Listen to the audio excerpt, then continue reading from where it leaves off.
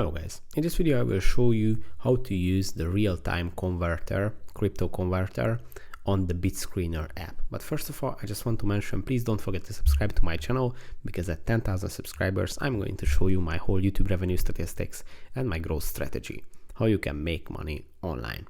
So let's jump into it. First, open the BitScreener app, and then actually you don't even need to have an account on BitScreener, so you don't have to log in or sign up for this feature.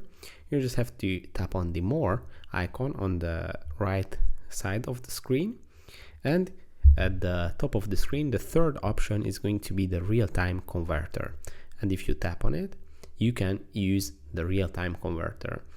When you open it, it's going to be like this.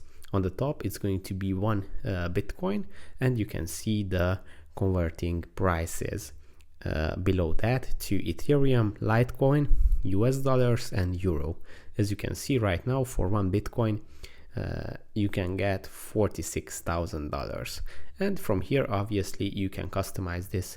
You can add you can change the number of Bitcoins, and you can obviously change the currencies here, and you can set up a real-time converter for your taste. You can add coins that you want, and you can follow the statistics this way very easily.